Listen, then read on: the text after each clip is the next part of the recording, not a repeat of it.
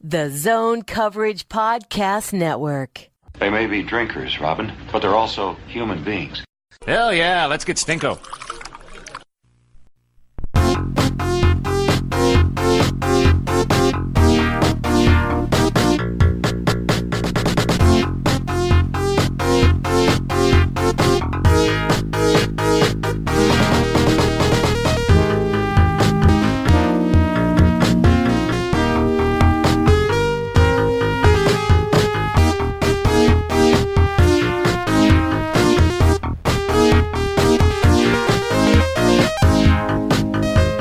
Welcome, Giles and the Goalie podcast from Unnamed Bar and Grill in Eagan, Minnesota.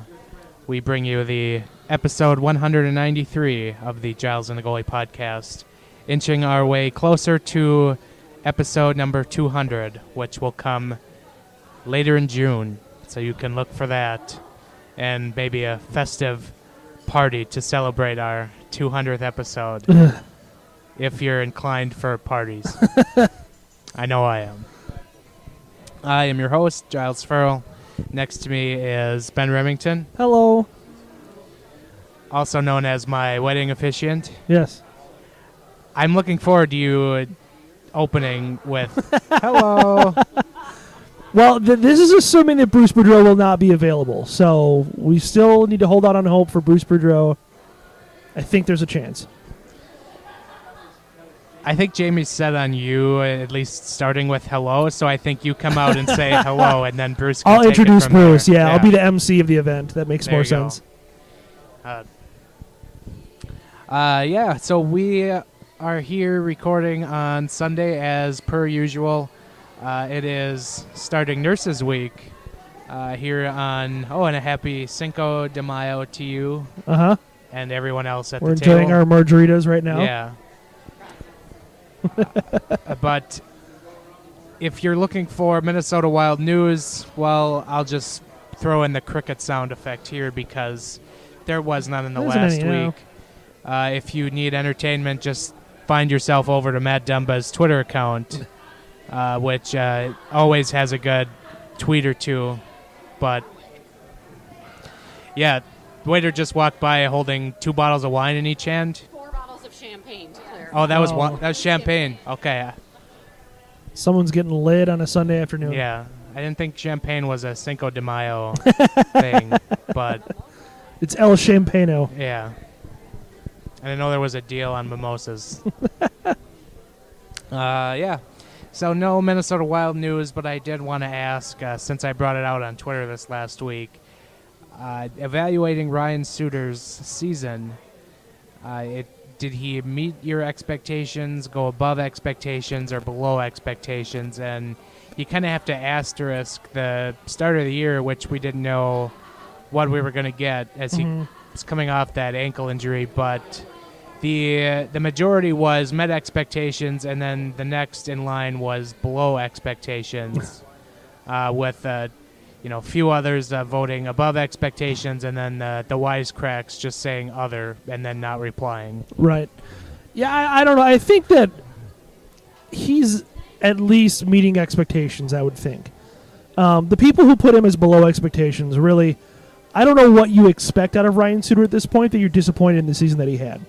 Sure, he did start off a little slow. We kind of noted that.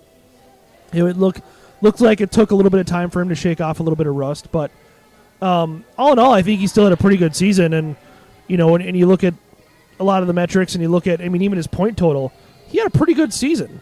And is he Erik Karlsson? Is he, PK Subban, et cetera, et cetera? No, he's not. But I don't know what you're expecting out of him if this season was disappointing for you.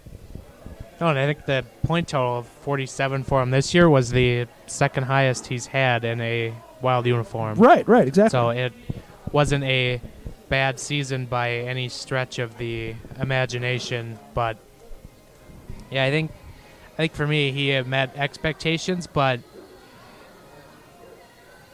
I really didn't have an idea of how decent his stats were until I kind of took a closer look, and sure, that probably has more to do with the fact you just kind of relied on the eye test, which was a little different in this case from the what the stats were saying. So Yeah, I'm sorry, third highest point total since coming over to the Wild. Right. Yeah, I don't know. Again, I don't know what people's expectations are then. If he didn't meet them, then what are they? Do you expect him to be a 20-goal guy? You expect him to be, at the top of every single... People think of his contract, and I think they just hear about his contract and, all of the evil and vitriol that goes with that. And it's like he's not the highest paid defender in the league. He's not really particularly close to that. So, what do you want? Yeah, and I don't think I ever expect 20 goals from Ryan Suter and his wrist shot. But I mean, he's frustrating at times, sure. Like, yeah, I'm just as frustrated as the next guy that he gets so much power play time. But, that kind of is a separate topic altogether and really isn't his. I mean, you can say he lobbies for it, but ultimately that's up to the coach. So, I mean, you can be mad at him if you want, but you also have to put that onus on the coaching staff, too. Right. So, yeah, kind of interested to see what everyone else had thought, and if you have, scathing opinions on that, feel free to find the Twitter poll on at Giles Farrell or at GATG Wild Podcast. But, yeah, that's really about it. There wasn't any other big talkers for Wild news this last week. Kirill Kaprizov had a nice goal at the Worlds with Alex Ovechkin and Evgeny Kuznetsov. But don't hold your hopes on that, as we placed some odds on him a couple weeks ago. So, yeah, and I guess kind of looking otherwise at the NHL playoffs as we, sit here middle of Game 6 between St. Louis and Dallas. We've seen a series wrap up. The Hurricanes swept the Islanders. Our pal Nito Niederreiter going to the conference final. For the first time ever, yeah. Good for him. Yeah, agreed. And then we have, St. Louis and Dallas. Dallas up 3-2 in the series right now as we record. And then the San Jose Sharks up 3-2 on the Colorado Avalanche after their win on Saturday night. Mm-hmm. And the Boston Bruins, 3-2 series lead over the Columbus Blue Jackets after an entertaining Game 5 on Saturday night. Yeah, that was a really good one. We watched that at Roz's parents' house, and it was a very fun third period to watch for that game. So, I don't know. As I said last week, I'd like to see the Blue Jackets win. Kind of looks like Boston's maybe winning that series now, but very good series all around. I mean, even the Carolina one that was a sweep, I think those are some pretty good games, and it's really been fun. I mean, Carolina's very quickly becoming the story of this postseason, with not just the Storm Surge and their rivalry with Don Cherry, but the fact that they're just, they're kind of a juggernaut at this point. Yeah. Too bad about the Islanders not having home ice advantage. No Nassau Coliseum to get the fired up from. But, Carolina has been fun to watch, although they beat Washington in round 1, so I'm just kidding. Yeah. Washington won, so I'm not as scathingly angry about it as previous years. Okay, so. fair. But, the playoffs are going great. Only, one series is over right now. It could be by the end of, time we record here. But sure. Anything else kind of catches your eye from NHL playoffs? No, I think, the series have been all pretty decent, I feel like. There hasn't really been a series that's been really boring to watch. And, usually the conference championship series are the best. Like, I feel like those are typically the best series, the most entertaining ones. So I'm really looking forward to see what happens there. And I'll say it first here. I really would love to see. I know it's not going to happen, but I would love to see Carolina, if they happen to play Boston, maybe don the Whaler sweaters one more time. I know I think they're going with the Blacks this whole postseason. Yeah. I mean, since they're playing Boston, well, why not? get the old-time crowd all fired up, but I don't bet on it to happen, as Sure. I think Carolina's settled in with their blacks, which we're not big fans of. They're just there. The ghost logos bothers me maybe more than it should. Do you think San Jose is going to be able to put the Avalanche away, or is it going to find its way to a Game 7? It's really tough because Martin Jones is kind of the linchpin to it. So, I think so. Avalanche. We've known about their flaw for a long time. They're a one-line team, and if a team can kind of just keep that one line maybe close to off the board, or not scoring much, I think that they're fairly easy to control. That and Philip Grubauer has had a pretty good postseason, but not a lengthy history for him in the postseason, so we'll see. It's actually been really impressive for Colorado. They've gotten more production out of their second, third lines, which is a big reason why they're still in this. Right. But I still think shutting down that top line is how you always, beat them. Always very key. Yep. And Rantanen and McKinnon are having huge postseasons. Incredible. And our friends at Evolving Wild, I offer thoughts and prayers as they waded into Avalanche Twitter. I think it was yesterday afternoon. So, Godspeed to them. What a terrible place. Yeah. That's not somewhere you want to be. But all right. So it is, as I said before, to lead into the show, it is Nurses Week. So we have recruited our 2 resident nurses of the Giles and the Goalie podcast to come on and talk about something, because we did by no means tell them that they should prepare on a certain subject. Okay, we did, but it was 20 minutes before we went on. Right, yeah. And we tried to get questions, but we waited too long on that as well, and it didn't work. Yeah.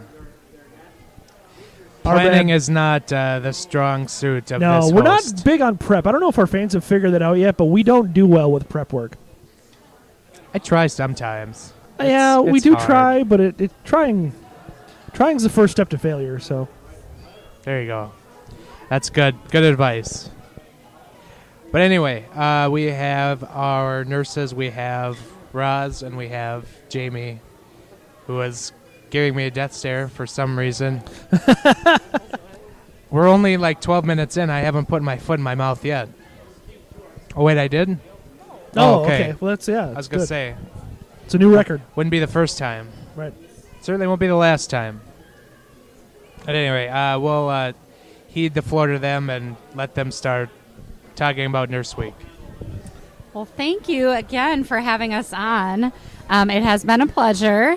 To clarify, I know we mentioned Cinco de Mayo and the margaritas going around. In case my doctor were to be listening, this girl's getting lit on artificial sweetener in her iced tea, so no margaritas over here. And also, can I just say, how ironic is it that Cinco de Mayo falls on the first day of Nurses Week? I bet Just that's where saying. that champagne was going. There's some nurses in here. Yep. Nobody drinks like a nurse. Well, I guess we're going to first start by apologizing again. We were not prepared because our lovely men in our life said there may be a preparation topic or something because they did not want us to go into the depths of the prostate exam again this year. Yeah, apparently Tom got away and didn't get a prostate on live air, so that's a little disappointment. But yes, and I was told I would have a gift for Nurses Week, and I briefly thought that we would be doing live prostate exams. So unfortunately, that is a no. Yes. So we're just going to talk about a couple things. We saw some fun facts. One of them that I found interesting is that there are as many nurses in Los Angeles, or there are, oh man, we could probably cut that part out. There as many people that live in LA are how many nurses are in the US. there you go. Yes, that's a lot of frickin' nurses. LA's packed. It is. That's a lot. Yeah, Jamie, what's some fun facts you have? I have no fun facts because I'm drinking my margarita. You mentioned something to the fact that nurses are generally the only people who cheer. Oh. Yeah, share that fun cheer fact. what? They cheer people on when they poop. Oh, yeah. Yeah. So, well, I mean, that is, if you ever That are is in a the fun hospital, fact. That is a fun fact. Mr. Remington is sitting nurses- here laughing at me saying it's not a fun fact. When have I ever cheered you on pooping at home or farting at home? Never. No. But if you are in the hospital Yeah. and you are having trouble pooping, who's going to be there to support you? Yeah. Nurses. Once I punch in, I'm all about the poops and farts. I will cheer you on like nobody's business. And when you apologize, I say, don't even apologize. We love that. Or if Ben would clog a toilet in the hospital, it's fine because guess what? He pooped. She's pleased when the toilet gets clogged. Yes. Getting a toilet clogged by your patient It's is fine. probably better than a yearly raise. Oh, man. So what is one thing that disgusts you, Jamie, in nursing? I feel Okay. every nurse, we Yeah. talked about it, has their thing. Like some nurses can't tolerate puke. Yeah. Some can't tolerate patients in general. Well, I mean, no, my thing is kind of weird. But when I get more later into like the 12-hour shift and I smell urine, that's what gets me. I'm like, I don't know why. It just makes me want to like throw up and gag. But I can handle all the sputum, all of that. I can handle. Interesting. See, for me, phlegm is disgusting. Yeah. Hearing anybody from 25 feet away going and coughing that stuff up, barf. Yeah, that noise is disgusting. Yeah. And so Ben also pointed out that I don't like pee, which is very true. I put that in the category of I used to work in the lab, and once you see what is in urine, they classify it as sterile, but there's a lot of gross things up in there. Oh, yeah. And so I could literally be tossed with a 5-gallon bucket of blood and be like, can I get you any juice, ma'am? Yes. You put a drop of urine on my pants, and I need to change my scrubs before I save your life. Like, that is disgusting. Yes, I agree. And I mean, that noise, though, of the sputum that you mentioned, that is really bad. Oh, Like, it's that the noise is very worst. awful. It's the worst. However, so we talked about also things we love in nursing, a task we love. Even though I hate urine, man, getting a catheter in is just like a gold. It's success. Yes. It's like, it's so hard to explain the small victories. Men and women, because Yes. men, back to the prostate issue, when men have prostate problems, That gets in the way. it does. It kind of is like a little roadblock barrier that you just have to push through with a plow. And I don't think it feels great for them, but as soon as you get it through, it's great for Yeah, us. it is victory. Victory. And it's one of those tasks. Ben just said he can't even listen to this much longer. Yeah. There are body parts hurting at the table talking about this. But yeah, I think just getting it in, it's like that successful, like, oh, right, I got that skill. Yes. Yeah. Kind of like that's what she said. Got that in. Have you ever said anything to a patient, Jamie, where you're just like, this is ridiculous. I can't believe I'm about to tell them this? Or Oh, yeah. So I've kind of speaking of catheters, I've had like an 80-year-old dementia man, and I like literally had to tell him for the 10th time, sir, I am not reassessing your penis. yeah. You know, and I don't know what it is with you guys out there, but a catheter to you is like amputating a leg. It really because you is. just think it's the worst thing in the world. And then when it's in, it's all you complain about.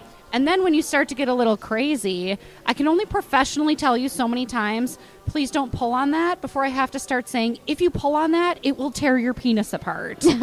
So I don't know what it is with guys in general, but they become babies in the hospital, and they are not about them catheters. Nope.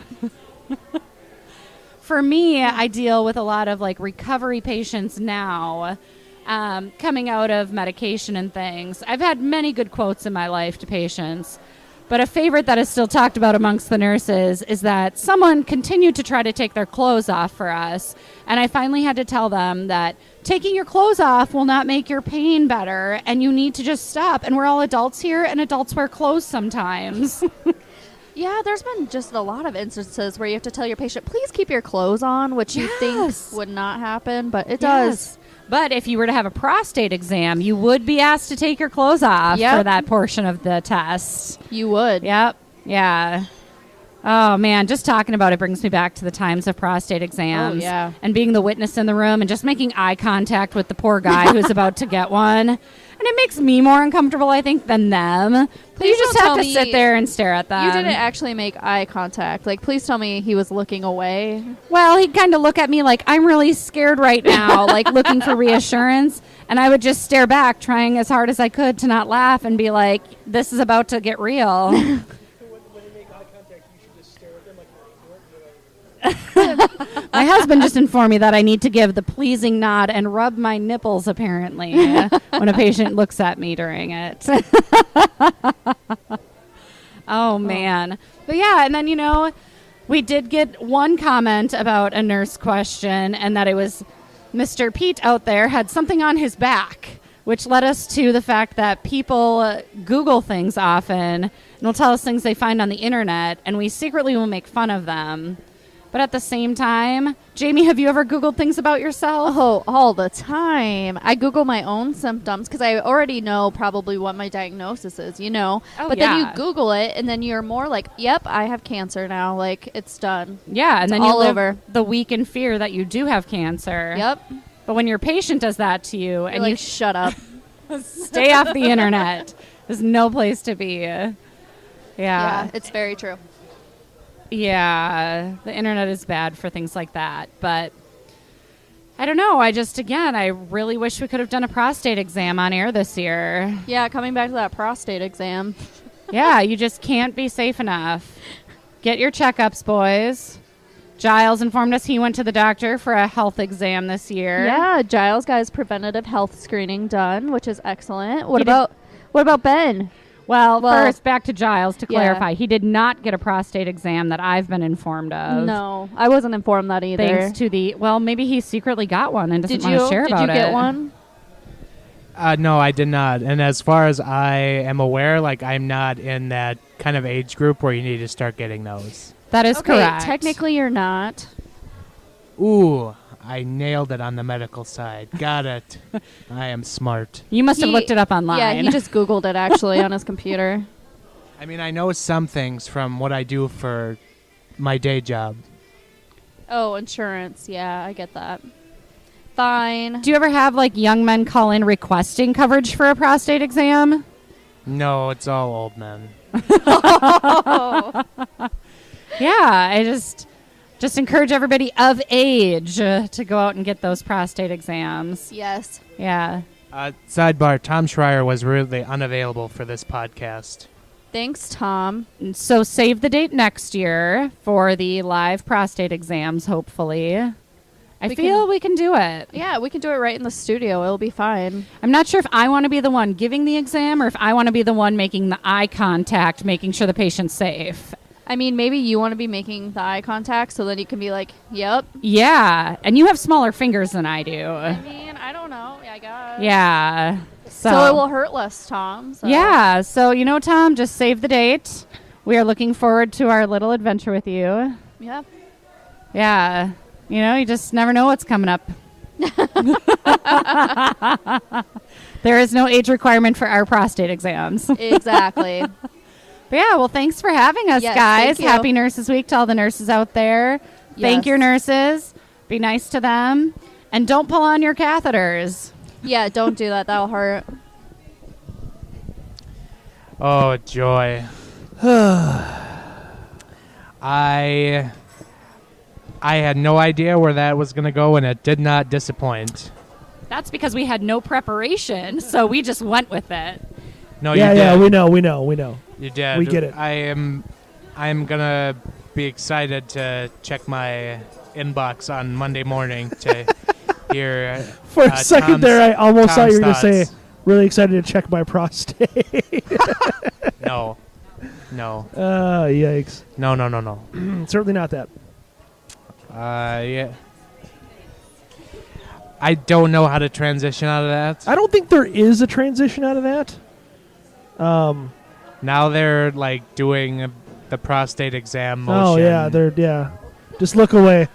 Just look away. Just don't look. Don't look. Don't make eye contact. It's from that Simpsons Treehouse of Horror. Just don't look. Just don't look. There you go. There's your show title.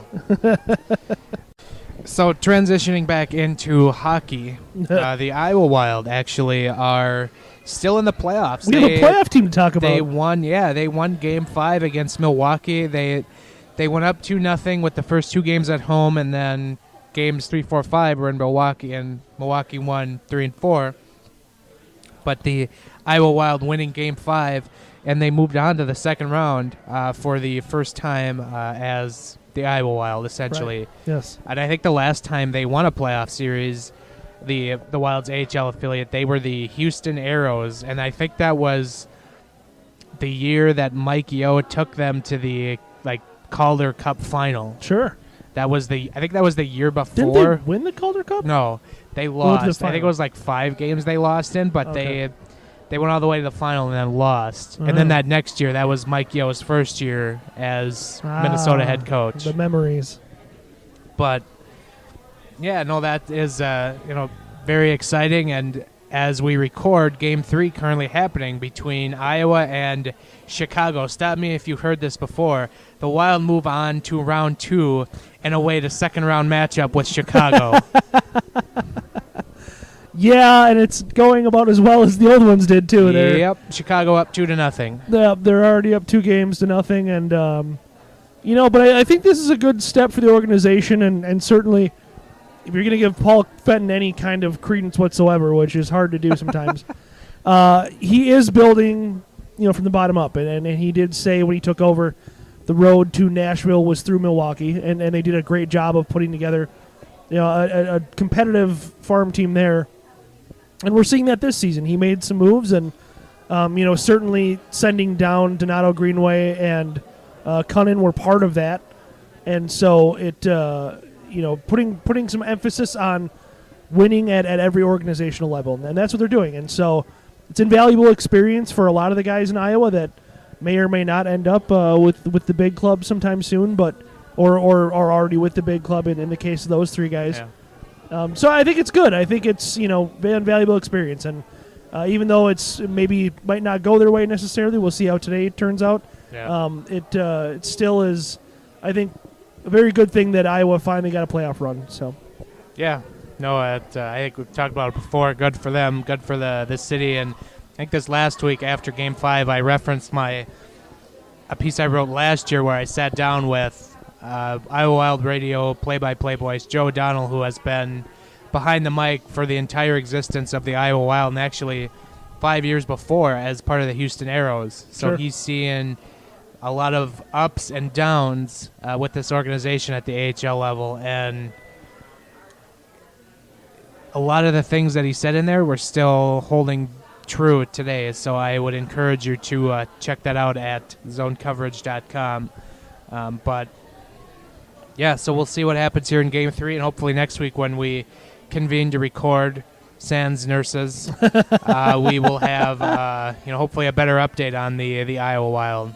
But at least now I'm glad that they're in 7-game series, and the first round scheduling is weird to me. It is, but I guess I get it from a travel sense for a league like the AHL. It kind of cut down on travel costs. Sure. As you just starting the first 2 games at the worst team in the series just seems like a little weird, kind of a disadvantage, because Iowa goes up 2-0, and you think, wow, they could win in 3 or 4, and right. It did go to 5, but that, I don't know, that just kind of strikes me as a disadvantage for the team with the better record.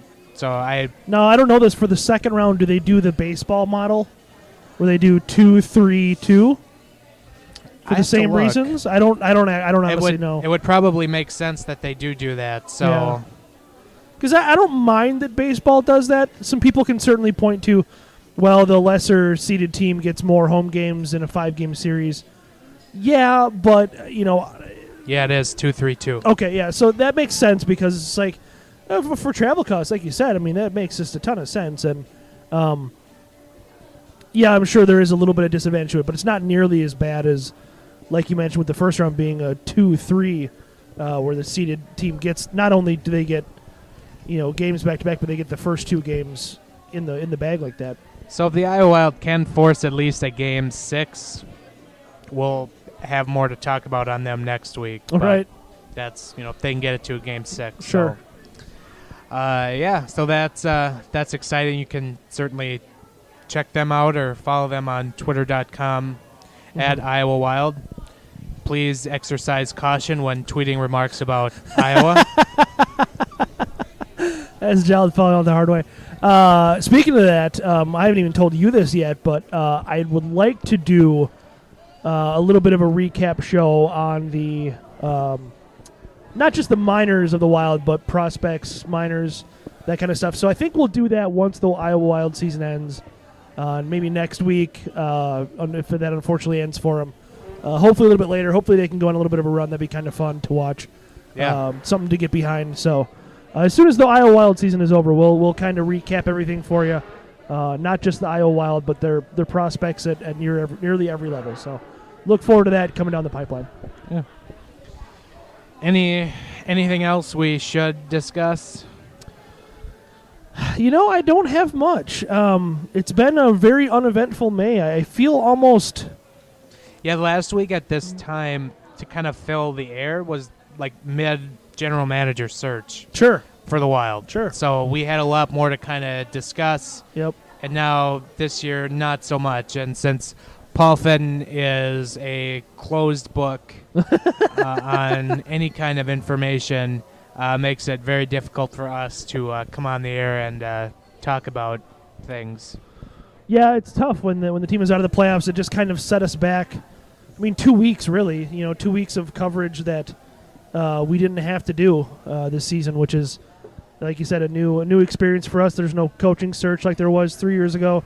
There's no GM search like there was last year. It's just kind of a barren wasteland of Wild news right now. So that's why we have our spouses talk for 20 minutes on the show. Can we talk about, speaking of general managers, can we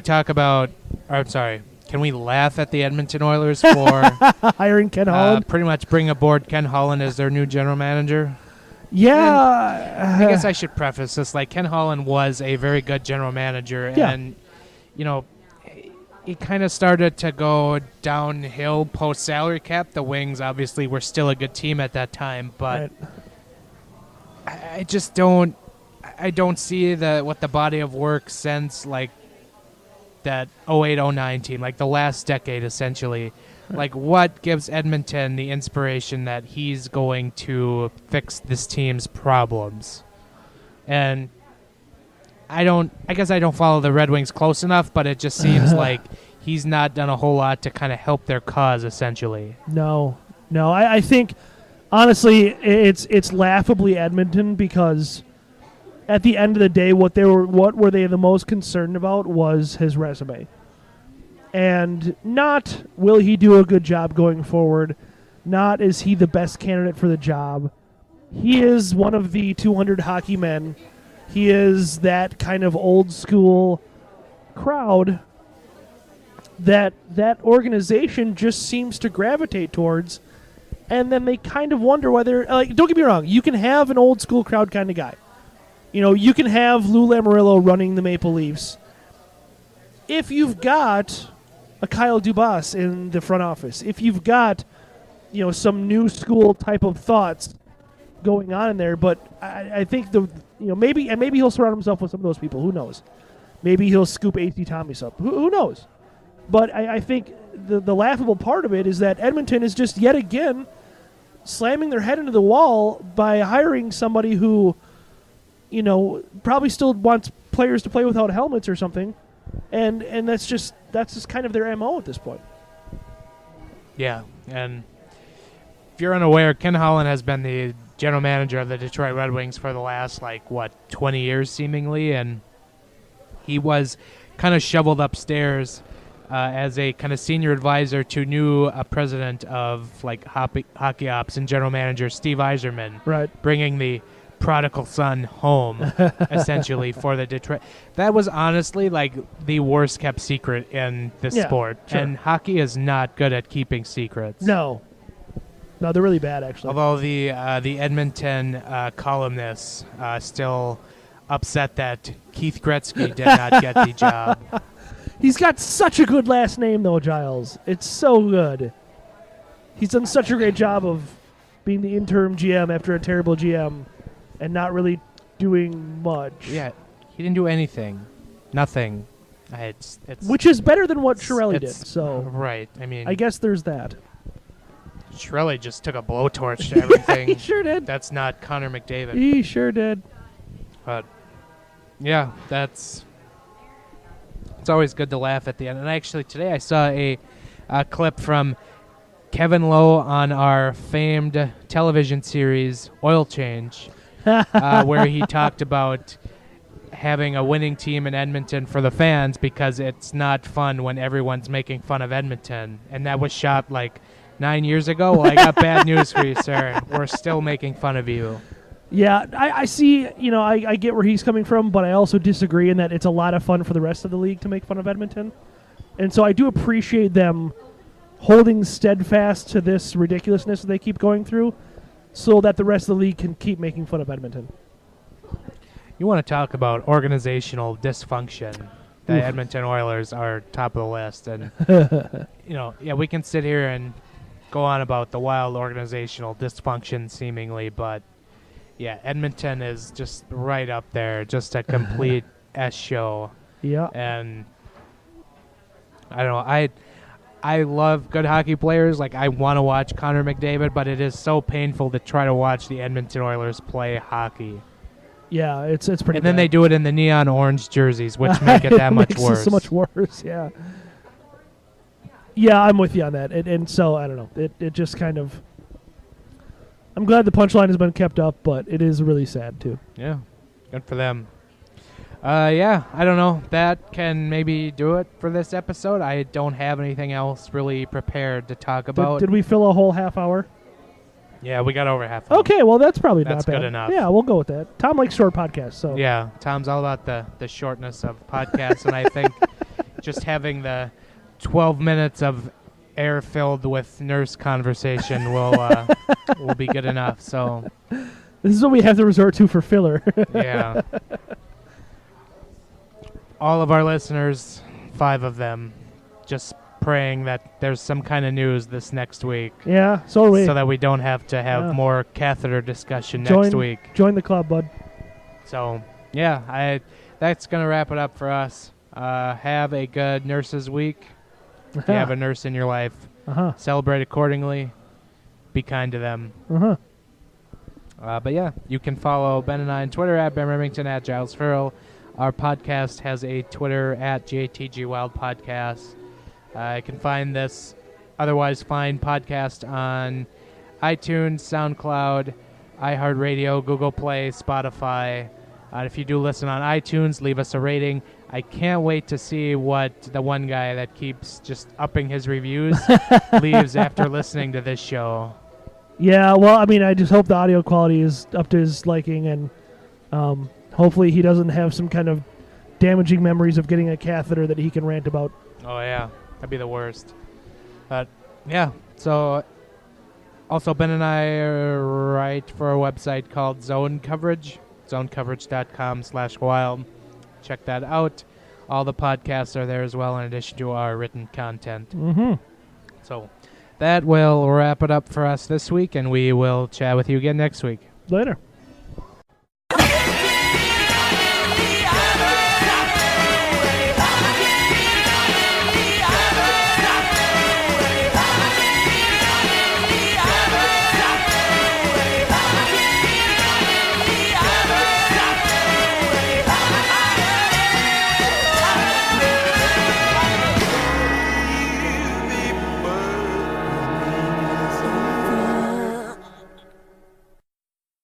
It's not resiliency. You're making it sound like we're good.